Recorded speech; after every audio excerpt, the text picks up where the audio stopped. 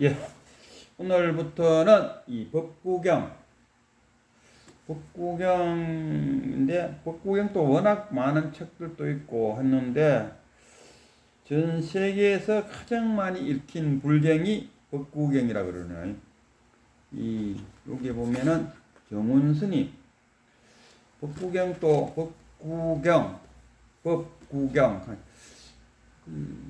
진리의 말씀, 우리말로 표현하면 진리의 말씀. 법구경. 부처님이 열반에 든 이후에 200년 내지 한 300년 후에 나온 경전이다. 최초로 나온 경전이다.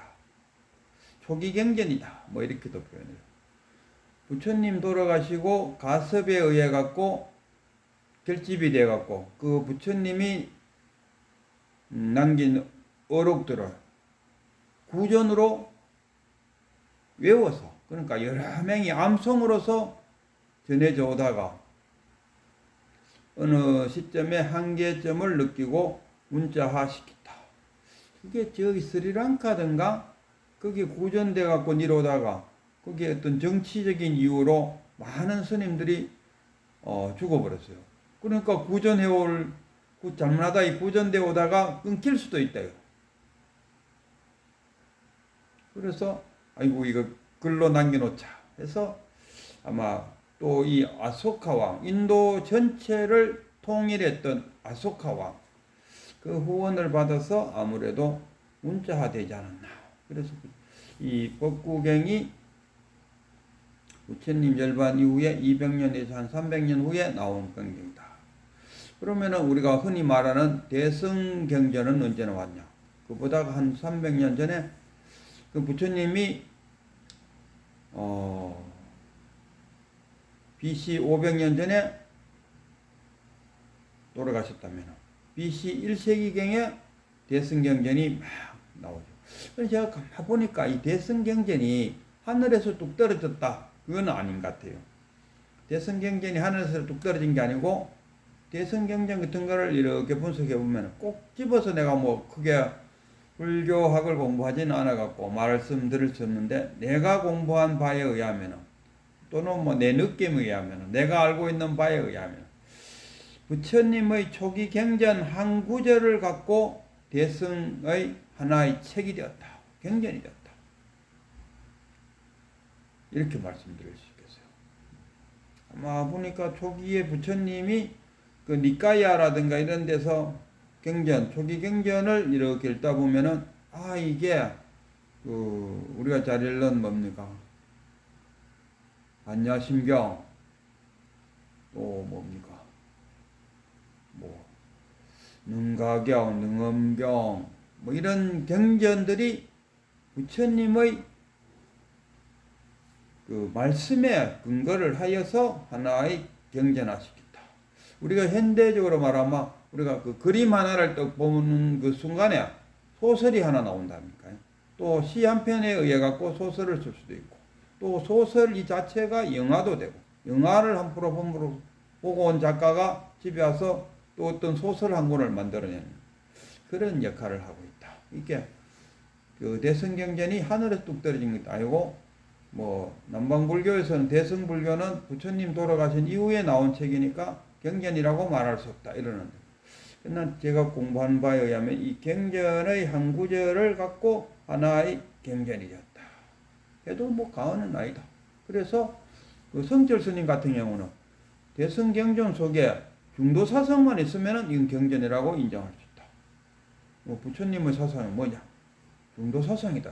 중도만 들었으면 그 팔정도 마지막에 그 열반에 들 때 마지막 제자가 와서 어느 분이 진짜로 깨쳤습니까? 하고 물을까? 그런 것은 그만두고 가르침에 팔정도가 있으면은 내가 가르치는 불법이다. 팔정도가 들었으면 불법이다. 팔정도가 없으면은 외도다. 그렇게 표현하고 그 마지막 제자에게 그 팔정도를 강조하면서 열반에 드셨다 이거 아닙니까? 근데 이 불교 했으니까 부처님의 사상 했을 때 처음이자 끝이다 할 정도로 무아하고 무상이 아닙니까? 무상과 무아, 재행 무상, 제법 무아. 그 재행 무상 할 때는 성주개공, 성 이룰 성자, 주 머무르고, 그 다음에 부사주고, 그 다음에 공이 되는. 흩어진다는 건 없어지는 게 아니라 공이라는 거는 없다 이렇게 표현하는데 공이라는 것은 없는 것이 아니죠. 공에 대한 나름대로의 개념을 정립시켜야 됩니다. 공하면은 실체가 없다. 고정된 실체가 없다. 항상 변하고 있다. 연기되어 있다. 그걸 우리는 공이라고 말한다.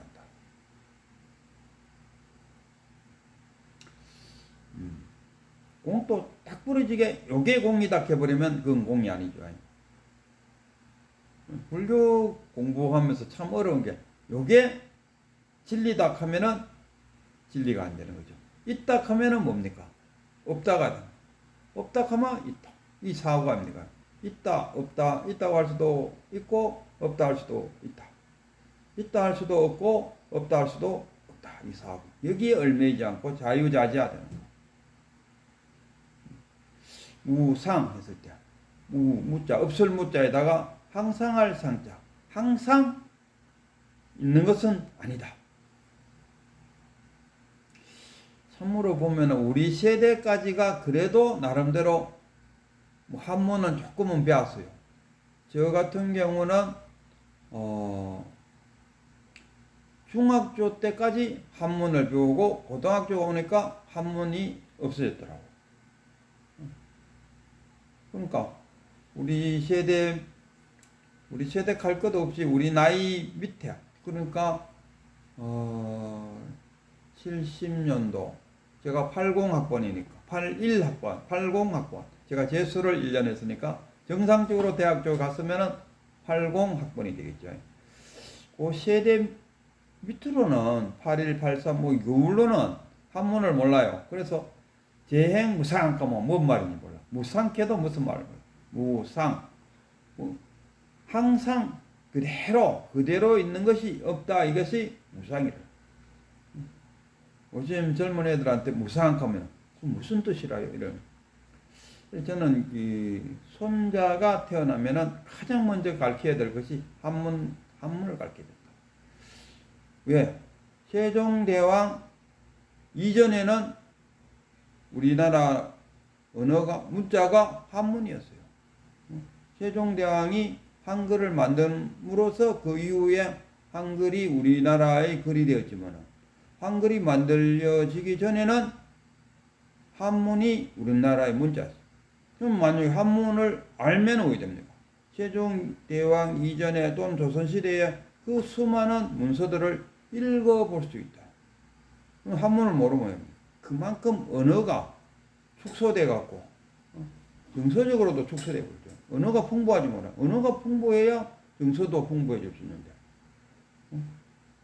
무모하다. 뭐 이렇게 하면 무모함이 뭡니까? 사람이 도리를 알아야지. 도리가 뭡니까?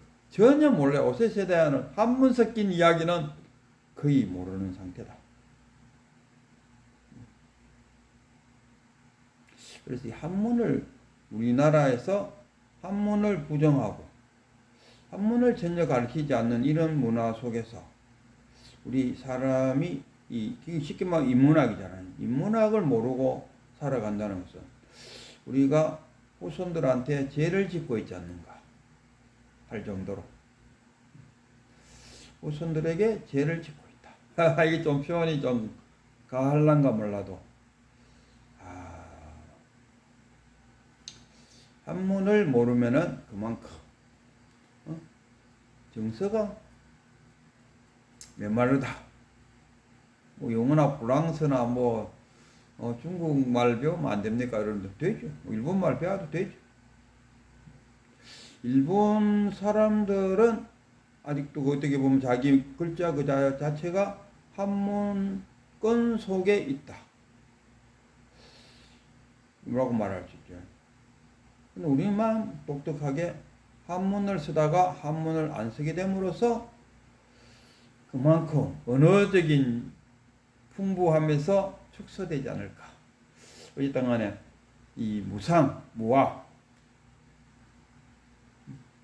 무상이 뭐냐 했을 때 항상함이 없다. 계속 끊임없이 변한다 이겁니다. 공이다. 그래서 공이다 이겁니다. 그리고 끊임없이 변화함으로써 그냥 변화하느냐. 무상. 끝없이 변화하는데 거기에는 연기. 연기법이 뭡니까? 또 물어보더라고요. 저도 그렇고 연기법 상담 이론 이렇게 했는데 그 한문을 모르니까 연기 하면 연달아 일어나다 아닙니까? 그럼 연달아 일어나는 게 뭡니까? 인연이잖아요. 인연법 하면은 인연은 나도 알죠. 인연은 안다 이거라. 하도 이제 우리가 아이고 인연이 다 됐는가 싶다 하고 인연이라는 단어를 워낙 쓰니까 인연이 무슨 뜻인지 안다. 그냥 그 뭐도 확실하게 알지는 못해요. 인에 연이 붙어서 가가. 이게 가가 뭡니까? 업보잖아. 업보. 업장 소멸한다. 업장 소멸은 우리 다 됐어요. 태어나는 순간에 전생의 업은 다 소멸되었다. 이래 봅니다. 지금 뭐 내 일이 잘 안 풀리는 거는 전생의 업보 때문에 지금 일이 잘 안 풀린다. 그래서 이 업장 소멸을 해가 절에 가서 업장 소멸한다고 기도도 하고 뭐 외당하는 방법을 막 하더라고. 그렇게 했으면은 이 업장이 소멸되었다 하고 전화를 받았는가? 아니면 통지서가 왔던가 했을 때 업장 소멸은 시켜내 놓고 업장 소멸되었다는 이야기는 못 들어봤다. 연락이 안 오더라 이거라. 그럼 업장 소멸 안 된 거지. 그러나 저희는 이 업장 소멸은 몸 받을 때 이미 아마 다 해소되었다. 오늘 사람으로도 태어날 수 있고 또 극락세계에 갈 수도 있고 동물로도 태어날 수 있고 식물로도 태어날 수 있는데 자기가 지어놓은 전생의 업보에 의해 갖고 결정되었잖아요. 그러면 다 이제 내 몸을 새롭게 받음으로써 해소되어 버렸잖아요. 그런데 또 무슨 업이 있어요? 그러면 이중처벌밖에 안 되지. 그리고 또 이 생에 와서 지금 또 업을 짓고 있다니까. 그러면 업을 짓고 이번 생에 지어놓은 업 때문에 다음 생에 태어나면서 또 그 업에 의해 갖고 사람이 되든지 동물이 되든지 설사 사람이 되더라도 재능을 갖고 태어나는지 뭐 거지로 태어나든지 우리 그걸 업보라고 그러는데 업보에 의한 게 아니고 그러니까 지금 생애에 내가 지어놓은 이 업에 의해 갖고 미래 생에 내 모습이 결정된다 이런 이야기. 그러면 만약 내 미래 생에 더 좋은 모습을 만들어내기 위해서는 왜 되냐? 지금 여기서 좋은 업보를 쌓으면 된다 이거 아니에요. 근데 보니까 이 윤회를 할 때 업을 갖고 하는데 뭐 업은 선업과 불선업이 있지 않습니까? 그래서 선업과 불선업에 의해 갖고 몸을 받게 되고 그런데 보니까 인연과 습은 갖고 태어나더라. 인연에 의해서 미국에서도 태어날 수 있고 한국에서도 태어날 수 있고 옆집에 태어날 수도 있고 우리 집에 그냥 손자로 태어날 수 있고 이거는 인연과 습은 갖고 있더라. 내 5분 생애에 공부를 해갖고 불교 공부를 많이 했다 이거.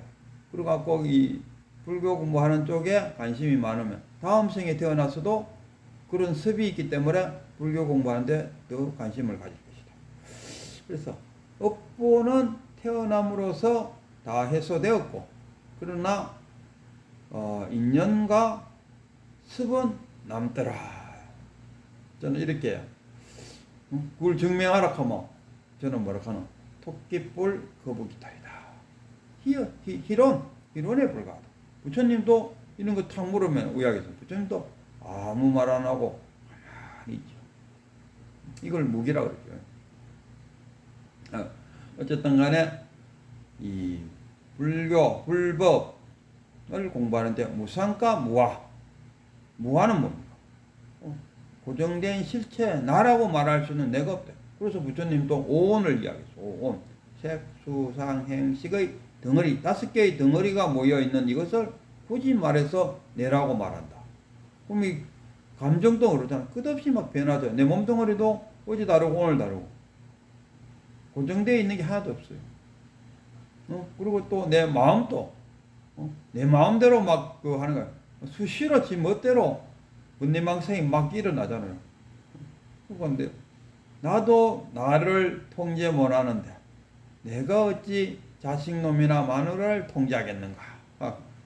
내 것이란 것은 없다. 이 법구경에서 가장 첫 번째 올려놓은 그 내용이 내 것이라고는 없다. 집착을 버리라는 이야기 하겠습니까? 나도 나라고 말하는 이 나도 내가 통제가 안 되는데 어째 처자식이 통제하겠느냐. 내 거라면은 내 마음대로 해야 될 거 아닙니까? 근데 내 자신도 내 마음대로 안 되니까 이것을 나라고 할 것이 없다. 이렇게. 그래서 무아와 무상. 무아와 무상에 대해서 깊이 통찰해 갖고 자기 나름대로의 그 개념을 딱 이렇게 만들어 놔야 그게 이제 불법을 공부하는데 하나의 바탕이 되는 거죠. 무상과 무아가 무엇인지에 대한 개념이 분명치 않고 불법을 공부한다. 그거는 완전 모래사장 위에 집을 짓는 거와 다르다. 무상과 무아가 딱 고정시켜 놓고 그 위에다 집을 지으면은 안정된 집을 지을 수 있다. 이런 이야기.